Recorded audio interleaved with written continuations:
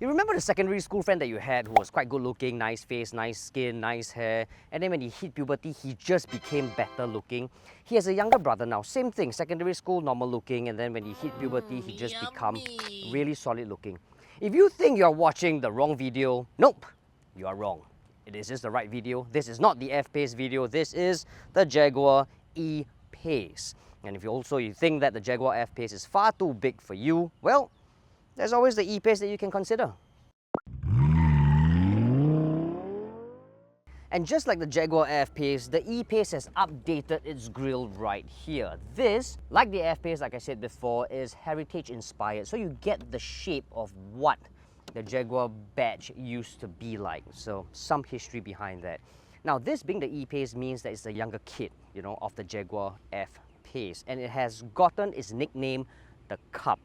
It can also be seen right here on the windscreen, the small little cup following the Mama Jaguar right here. I always thought it was like the coolest feature on the Jaguar E-PACE. Now what's also cool on this car is the full LED headlamps that come with double J daytime running lights, just to let people know that, you know, you're driving a Jaguar. Now on our E-PACE test car, it comes with 19-inch wheels, very nicely aerodynamically sound design, like a blade sort of thing going on. It actually looks very appealing. You can actually have 20-inch if you want to, but I reckon the 19 just fits perfectly well with the E-PACE. And of course, there's an update right here as well. You get the leaping Jaguar right here. The whole thing just makes the car look a little sportier and of course just more premium.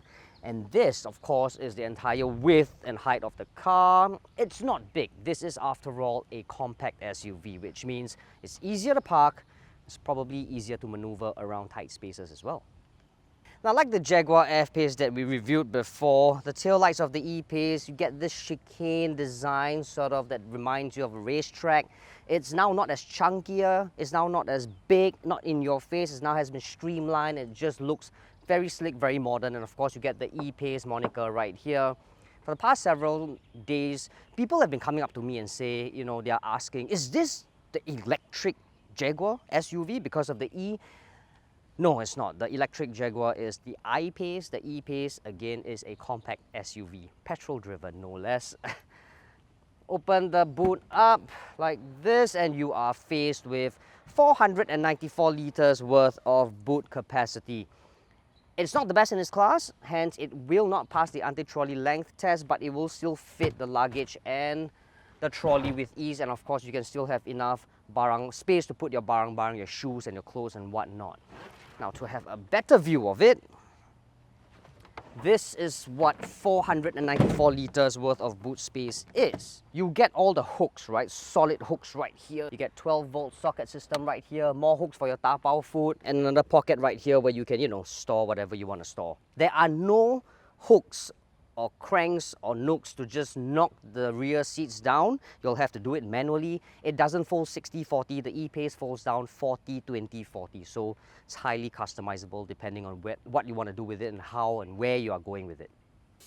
The Jaguar E-PACE mild hybrid is priced at $138,999 without COE, and it includes $2,000 worth of accessories pack and complimentary scheduled maintenance for 5 years. The 1.5-litre turbocharged engine produces 158 brake horsepower and 260 Nm of torque. The 8-speed transmission brings the car from 0 to 100 km per hour in 9 seconds. For the latest price updates on the Jaguar E-PACE mild hybrid, head on to sgCarMart.com to help you make the smart choice on your next car. So once you're in the inside, the rear is just spacious. It's actually quite shocking. I mean, considering this is a compact SUV, relatively good space, seat has been adjusted of course, and you know, a lot of headroom here as well. And it feels very comfortable on these seats. I just personally don't like the color, but I mean, you can really change that when you buy the car. Everything else feels very good to the touch. It's all soft here, soft. There's no hard plastics really. I mean, this is just soft and very premium. Move on to the center seat. It being a front-wheel drive means transmission tunnel is down low. I can put up here and I can still fit 2 other friends behind. The only problem is, despite me trying to squeeze into the third row, see how shoulder room sort of eats into the other guy's shoulder room, like this side as well. So I suspect 3 would be a little bit of a squeeze. but you could still do it over short distances. And if you have a kid, no worries, ISOFIX points here as well as here. Elsewhere, you get rear aircon vents, unfortunately without any climate controls, but this still sort of works. I mean, especially in a crazy climate like this in Singapore, I mean, this is just godsend. You have, of course, get magazine holder right here. You can probably just chuck your phone here. I reckon it's a very, very sporty and premium place to be because the roof lining is dark grey in color, sort of matches the rest of the cabin. So it feels very coherent, it feels very premium and very cozy. Now at the helm of the Jaguar E-PACE, it's just oozing with premiumness. It just looks very technologically savvy because of like the fully digital instrument cluster right here, as well as this 11.4 PV Pro infotainment system. It looks like a small TV, to be honest. It looks like you could actually watch a Netflix show here, but obviously you can't. It's the same as what you'll get in the Jaguar F-PACE, but there's some small little minute differences. So according to Jaguar, you can actually reach your function within 2 touches. I'm going to prove them wrong with the Jaguar E-PACE, right? Let's just say I want to find out a little bit about my Android Auto phone connectivity. I'm on the home page right now. Okay, I'm going to press settings 1 time,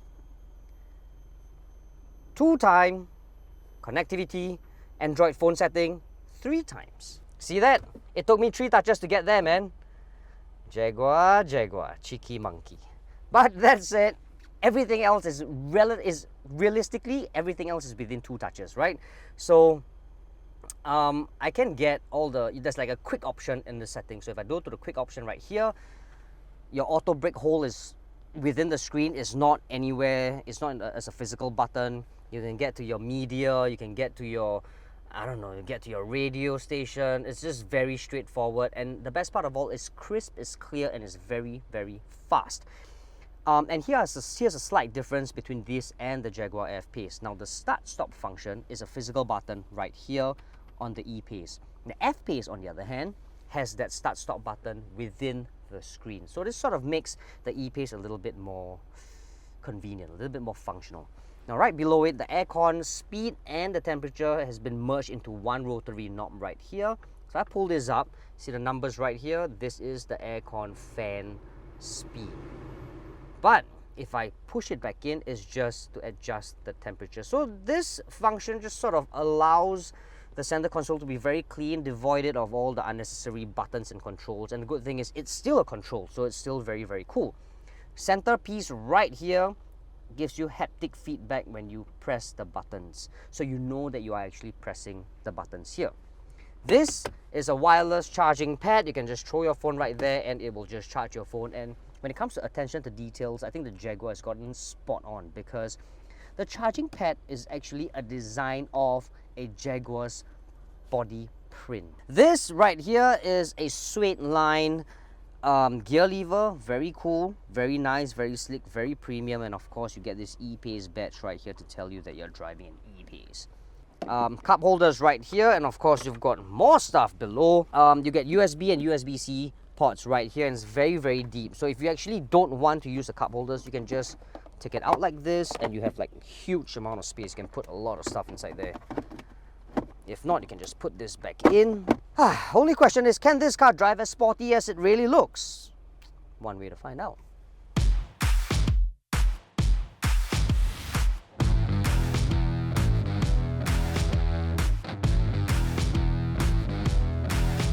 Now the Jaguar E-PACE right here has a slightly different proposition than before. This car we have today has a 1.5 litre mild hybrid engine that pumps out 158 brake horsepower and 260 Newton meters of torque. Now here's a fun fact, right?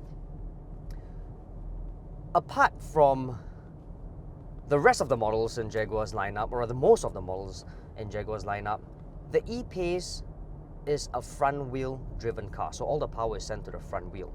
A lot of other models like the F-PACE and such, they are all four-wheel drive cars.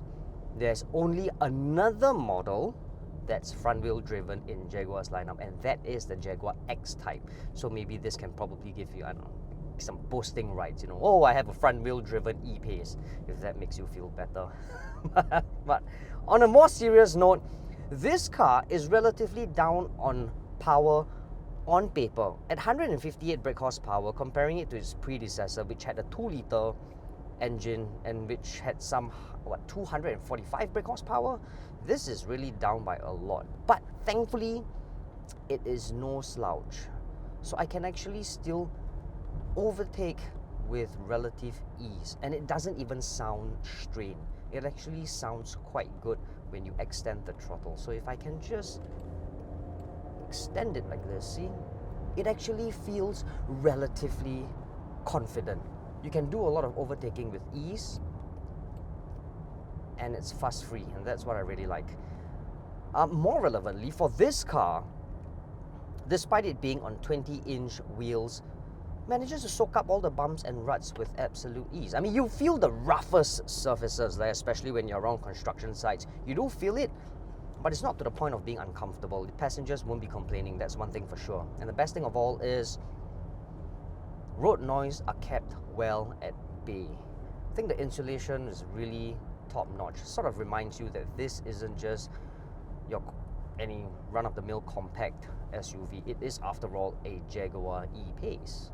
Now, the 1.5-litre 3-cylinder engine does come with a 48-volt mild hybrid system. Now, like all mild hybrid systems in today's market, think of the 48-volt as working behind the scenes, right? So when I say behind the scenes, meaning, you know, it powers the lights, the electrical systems, the aircon, so on and so forth.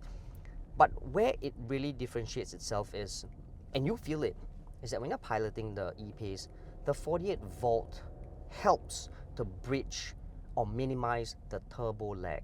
Now this, after all, is a 3-cylinder turbocharged engine. It needs to bridge that lag. There just isn't enough boost to cover up. So that's where the 48-volt mild hybrid system comes into play. It almost makes this E-PACE feel like a naturally aspirated engine.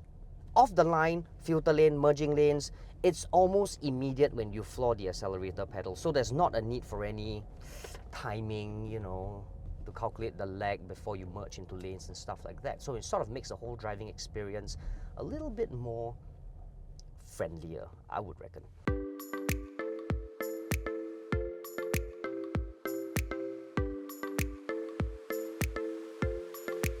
So the question is, will buy, won't buy, or go try the Jaguar E-PACE?